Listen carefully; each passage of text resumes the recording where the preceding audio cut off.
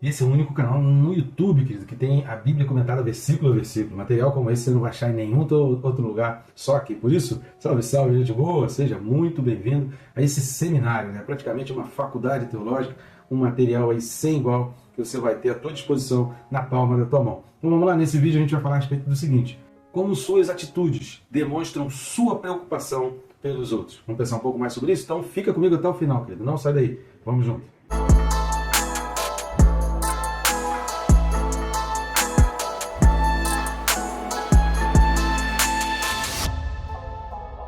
Antes de mais nada, não deixe de se inscrever no canal, né? Rápido e fácil, você vai clicar no botão aí inscrever-me e pronto, já vai estar inscrito. Eu recomendo também clicar no sininho e assim você vai sendo notificado a cada vídeo novo que vai sendo colocado aqui no canal. Não atrapalhe o teu vídeo, não vai interromper o teu tempo, não vai te fazer gastar mais tempo por causa disso.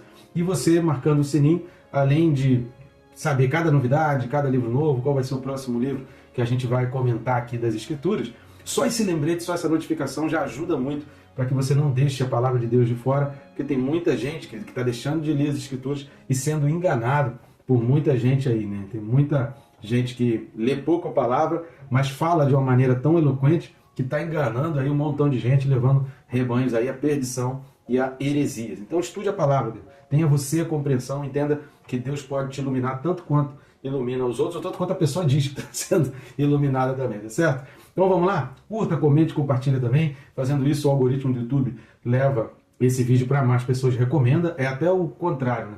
Se você assiste o vídeo, mas você não curte, nem comenta, nem faz nada, você até atrapalha o vídeo. O YouTube entende que esse vídeo não é relevante e acaba prejudicando o alcance e o avançar dos nossos vídeos. Tá legal? O texto desse vídeo, Romanos capítulo 1 e o versículo de número 11.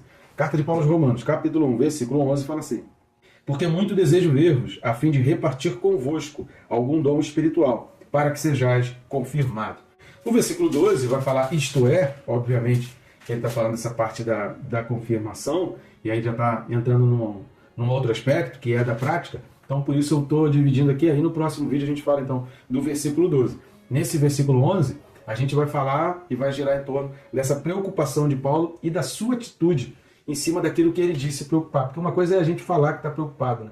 Uma coisa é a gente dizer, não, realmente, puxa, como eu me preocupo. Preocupa nada, que está nem tirando sono, a pessoa não está gastando nem tempo de oração, sabe? Então, às vezes, a gente faz umas mentiras, a gente mente para Deus de maneira deslavada, não está preocupado nada, quer saber de nada, não contribui financeiramente quando pode e também nem para parar para orar, para lembrar das pessoas. A pessoa faz, entendeu? Tem gente que o máximo de oração que faz, e quando faz, conheço muita gente que nem na alimentação para orar, tem gente que nem na hora de comer se lembra que precisa para orar. Isso para mim, eu acho assim, o cúmulo, você comer qualquer coisa e você não se lembrar de agradecer a Deus, pelo menos na hora que está comendo.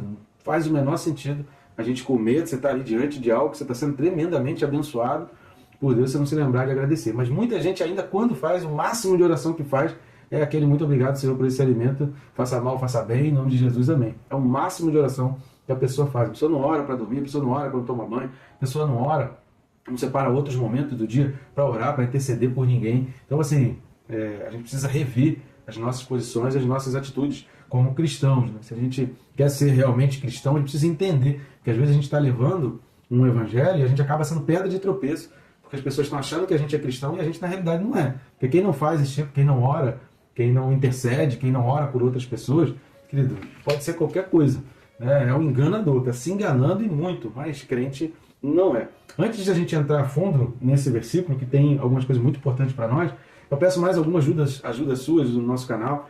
Esse QR Code, tá vendo esse QR Code que está aqui no cantinho da tela, ele vai ficar aqui até o final do vídeo. Você também pode clicar no primeiro link da descrição. Então, tanto o QR Code quanto esse primeiro link vai abrir o mesmo menu. E nesse menu, além de ter a opção lá de você poder nos convidar, fazer um convite para estarmos na sua igreja, para levarmos a palavra, falarmos das Escrituras, falarmos da importância de estudar a palavra, ou se quiser estar falando sobre qualquer um dos livros que a gente já tem aí na playlist, vai ser um prazer, uma alegria muito grande poder estar compartilhando com outras pessoas e indo aí na sua comunidade. Só que nesse menu você também vai ter a opção de adquirir esses livros. A capinha deles está começando a aparecer aqui. São 2 livros fantásticos, na minha opinião, são imperdíveis. Tem o Quem se Importa com Deus, que vai ajudar muito aquele tipo de pessoas que faz questionamento. Por que acontece tanta tragédia no mundo? Onde estava Deus quando aconteceu aquele acidente horrível, aquele incidente terrível? Onde estava Deus onde aconteceu aquela tragédia? Por que Deus permitiu essa tragédia? Esse livro vai ajudar muito a pessoa a ter uma nova visão e adquirir as suas respostas a esses questionamentos. O outro livro, que é o Percapelo Tirando a Trave do Olho, ele trabalha a questão da santidade, explica o que é pecado e ajuda muito as pessoas a entenderem os escândalos, por que outras pessoas pecam, como a gente lidar, o que eu devo fazer, eu saber que um pastor pecou, um cantor gospel, um líder de um ministério caiu em pecado, o que fazer, o que eu preciso fazer, qual a minha posição diante do pecado de outras pessoas. Esse livro é fantástico e vai ajudar muito nisso. Então, adquira, presenteie pessoas, ali você vai poder comprar na Amazon, no Hotmart, no Mercado Livre, tem várias opções ali, canal da sua escolha. E aproveita que o precinho está ainda promocional. Os preços dos livros estão muito caros, então aproveita que o meu ainda é baratinho e recomenda, compra logo, que vai subir, né? Já clica aí rapidinho, manda o link e fala compra logo porque o preço vai subir. Tá legal? Combinado? Então me ajuda nessa daí. Vamos começar aqui quando Paulo fala no versículo 11, o porquê, esse porquê junto, ele tanto serve para resposta como ele serve como relativo. Então ele faz referência, repare que Paulo ele vem falando o porquê, ele fala no versículo 8, ele fala no versículo 9, e aí o 10 é a continuação do 9, ele fala aqui de novo no versículo 11, dando essa continuidade e essa noção de consequência, ou seja, são expressões que são consequentes, uma depende da outra, é uma sequência de episódios, de fatos, de atitudes, de modelos, de exemplos de Paulo que estão sempre interligados, né? Uma coisa está ligada à outra. Agora, o que ele vai falar aqui, é que no vídeo anterior nós falamos sobre isso, que ele faz oração, que ele intercede especificamente, ele não faz orações genéricas, ele faz orações especificamente por aquelas pessoas de Roma, e ele mostra com os versículos de 8 a 10 a sua alegria pelo que estava acontecendo em Roma, e aqui ele vai falar, porque muito desejo ver-vos.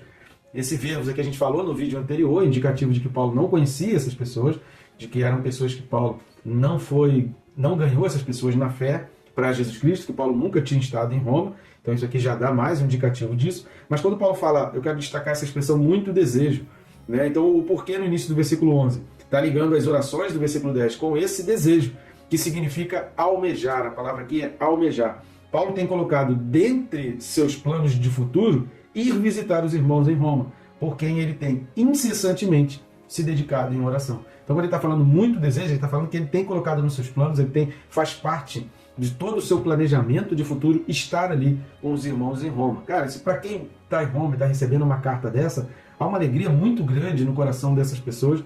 Então, essa atitude de Paulo vai mostrar e evidenciar a preocupação que Paulo tinha com aqueles romanos, visto que a perseguição já estava acontecendo, já estava sendo bem grande e aumentando ali no meio evangélico, né? Naquele meio ali das pessoas que estavam sendo ganhas para Cristo. E aí qual o desejo de Paulo? A fim dele é o objetivo. Quando ele está falando que eu muito desejo, mas você muito deseja o quê? Qual a finalidade de você estar aqui no nosso meio? Né? Talvez os romanos viessem perguntar, mas para que você quer vir para cá? Por que você deseja muito estar aqui conosco? E aí Paulo vai falar o objetivo disso. Repartir. Paulo quer ir para repartir convosco. A palavra repartir aqui no grego tem o significado de compartilhar, ou seja, uma posição de humildade de Paulo. Paulo está aqui demonstrando que ele reconhece haver naqueles crentes em Roma, haver naqueles cristãos ali em Roma, os mesmos dons, o mesmo Espírito.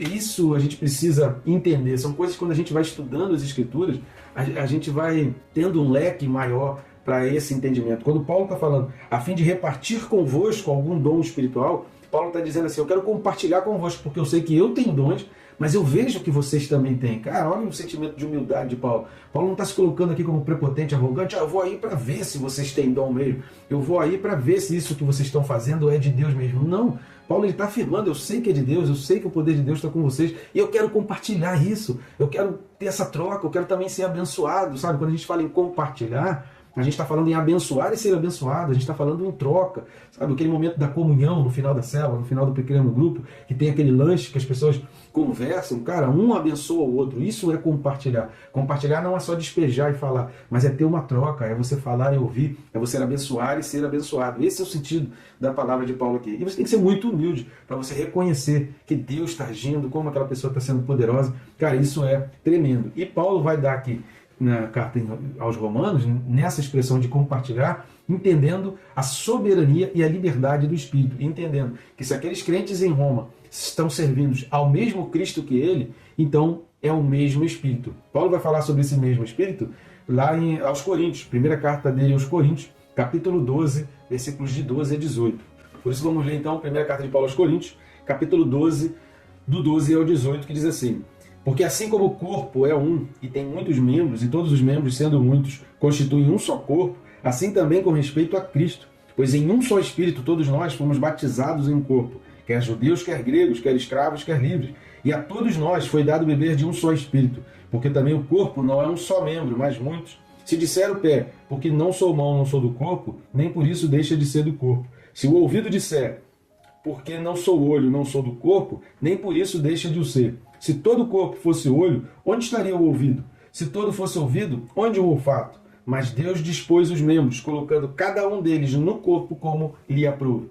Ou seja, Paulo não estava falando aqui por falar. Paulo estava falando daquilo que ele realmente acreditava que existia. Paulo estava falando de algo que era uma teologia que ele estava trazendo do Novo Testamento. Olha, não importa onde está agindo, não importa em que área, que ministério ou em que localidade geográfica a atuação de Deus está acontecendo. Não importa. Se é em Cristo Jesus, então nós somos o mesmo corpo.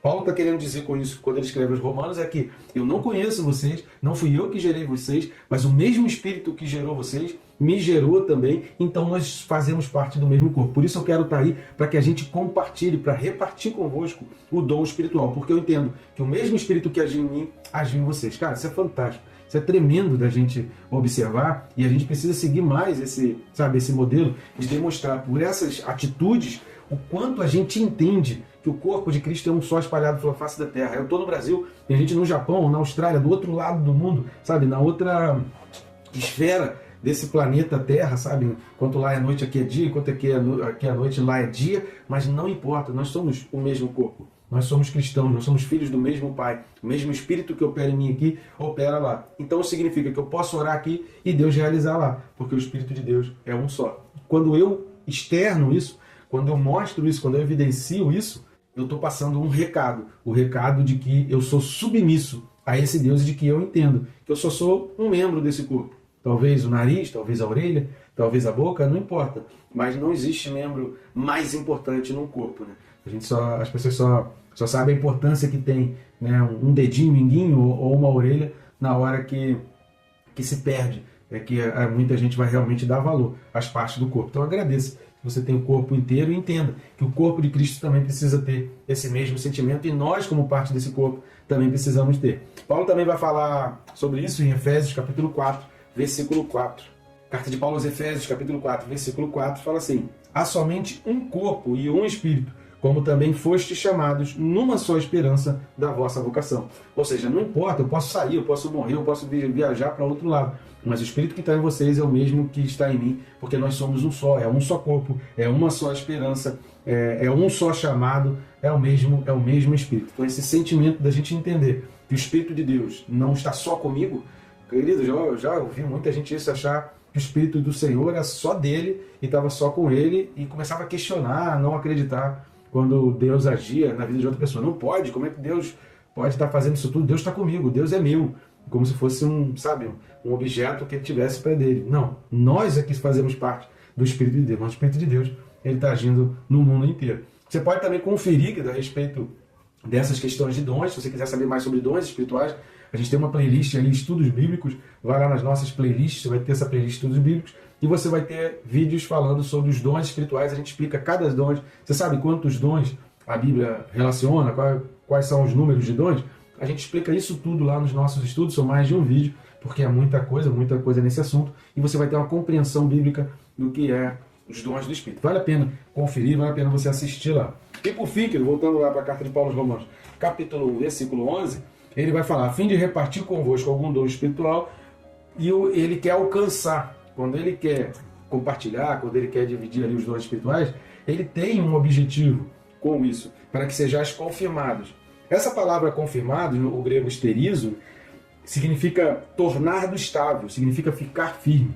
Então, confirmados, às vezes a gente tem aquela coisa de confirmar, no sentido de dar uma veracidade, né? De, não, está confirmado, é isso mesmo, é fato, pode acreditar. Mas não é nesse sentido, é no sentido de tornar firme, de tornar estável, de fortalecer. Então, quando Paulo está falando que ele quer compartilhar os dons, que ele quer, fazer essa troca e conversar com eles e ver ali, fazer essa manifestação dos dons junto com eles, para que eles sejam fortalecidos, para que eles sejam firmados na palavra, para que eles sejam fortes. Esse é o objetivo. Não é aquela coisa de confirmar como se fosse de firma. Tem gente que pensa que confirmar aqui, que isso aqui, é como quem faz uma autenticação, né?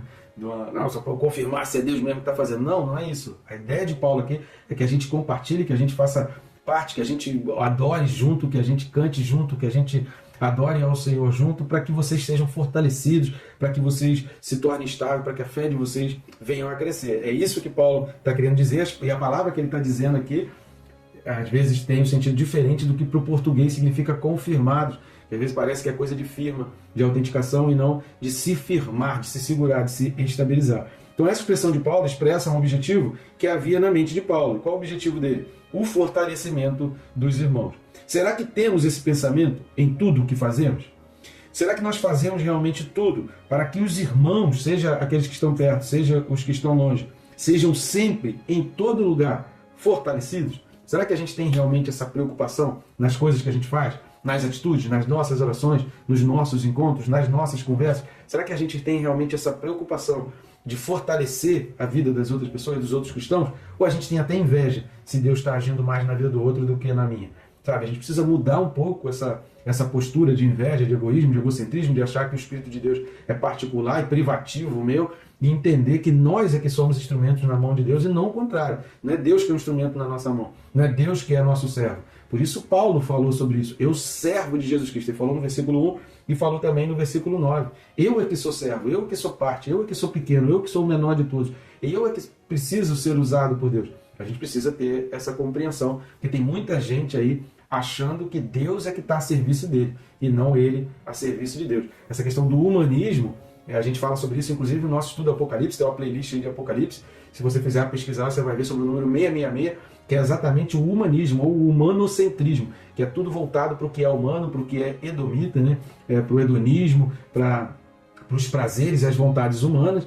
Você vai criar aquela teologia centrada no que é humano e não no que é divino. A gente precisa entender que a vontade de Deus é soberana, que a gente precisa entender o que Deus quer e não querer que Deus faça o que a gente quer para a nossa satisfação, para o nosso prazer, e achar que a gente não tem mais cruz nenhuma para carregar, que a gente não tem mais sacrifício nenhum para fazer. Isso é um erro gritante teológico e perigosíssimo. Por quê? Porque isso vai levar ao humanismo. Achar que eu vim a esse mundo só para ter prazer, e se eu me convertir a Jesus Cristo é obrigado a me dar só alegria, me dar só bênção e me dar só prazer. Quer dizer, eu não preciso trabalhar para conquistar nada, eu não preciso me esforçar, eu não preciso nem semear, eu só quero colher, e Deus tem que me dar a colheita, e Deus tem que fazer brotar no meu campo, independente de eu ir lá e jogar semente. Não é assim que funciona. Se eu quero colher uva, eu preciso adquirir a semente, eu preciso trabalhar a terra, eu preciso plantar, eu preciso regar, eu preciso ir cuidando até crescer a uva. Tem gente que quer ficar sentado olhando para a terra e que a planta cresça assim, que surja ali do nada. Tem gente que acha que Deus é assim e que veio ao mundo para isso.